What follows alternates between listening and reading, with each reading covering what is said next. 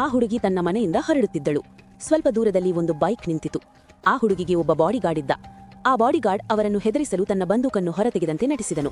ಆದ್ದರಿಂದ ಅವರು ಆ ಹುಡುಗಿಗೆ ಏನೂ ಮಾಡಲಾಗುವುದಿಲ್ಲ. ಬದಲಾಗಿ ಅವರು ಹುಡುಗಿಯ ಫೋಟೋ ತೆಗೆದುಕೊಂಡು ಸ್ಪೀಡಾಗಿ ಹೋಗ್ತಾರೆ. ಅವರು ಆ ಬಾಡಿಗಾರ್ಡ್ ದಾಟುತ್ತಿದ್ದಾಗ ಆ ವ್ಯಕ್ತಿಯ ತೋಳಿನ ಮೇಲೆ ಹಚ್ಚೆ ಇರುವುದನ್ನು ಅವನು ಗಮನಿಸಿದನು. ಆ ಬಾಡಿಗಾರ್ಡ್ ಸಾಮಾನ್ಯ ವ್ಯಕ್ತಿಯಲ್ಲ. ಅವನ ಹೆಸರು ಜಾಕ್. ಅವನು ಈ ಹಿಂದೆ ಸ್ಪೆಷಲ್ ಆರ್ಮಿ ಫೋರ್ಸ್ನಲ್ಲಿ ಸೇವೆ ಸಲ್ಲಿಸಿದ್ದನು. ರಿಟೈರ್ ಆದ ನಂತರ ಅವನು ಒಂದು ಭವನದಲ್ಲಿ ಅಂಗರಕ್ಷಕನಾಗಿ ಕೆಲಸ ಮಾಡುತ್ತಿದ್ದನು. ಈಗ ಆಮಿಯಾಳನ್ನು ರಕ್ಷಿಸುವುದು ಅವನ ಮುಖ್ಯ ಕೆಲಸವಾಗಿತ್ತು. ಆಮಿಯಾ ತುಂಬಾ ತುಂಟುತನದ ಹುಡುಗಿ ಮತ್ತು ಆಗಾಗ್ಗೆ ಹೊರಗೆ ಹೋಗಲು ಪ್ರಯತ್ನಿಸುತ್ತಿದ್ದಳು. ಆದರೂ ಈ ಬಾರಿ ಗಂಭೀರವಾಗಿ ಏನೂ ಸಂಭವಿಸಲಿಲ್ಲ. ಅವನು ಬಾಸ್ ಇನ್ನೂ ಕೋಪಗೊಂಡಿದ್ದನು ಮತ್ತು ಜಾಕ್ ಅನ್ನು ತೀವ್ರವಾಗಿ ಗದರಿಸುತ್ತಿದ್ದನು.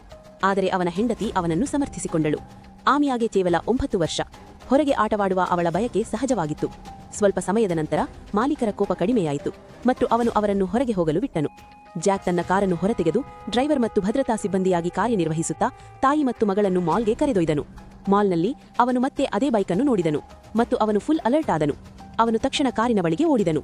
ತಾಯಿ ಮತ್ತು ಮಗಳಿಗೆ ಸೀಟ್ ಬೆಲ್ಟ್ ಹಾಕಲು ಹೇಳಿದನು ಮತ್ತು ಕಾರನ್ನು ಬೇಗನೆ ಮಾಲ್ನಿಂದ ಹೊರತೆಗೆದನು. ತಾಯಿ ಮತ್ತು ಮಗಳ ಮುಖಗಳು ಡಲ್ ಆದವು.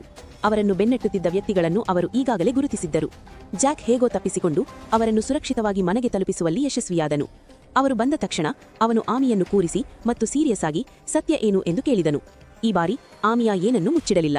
ಅವಳು ಕೊನೆಗೂ ತನ್ನ ಕುಟುಂಬದ ಆ ದೀರ್ಘಕಾಲೀನ ರಹಸ್ಯವನ್ನು ಬಹಿರಂಗಪಡಿಸಿದಳು.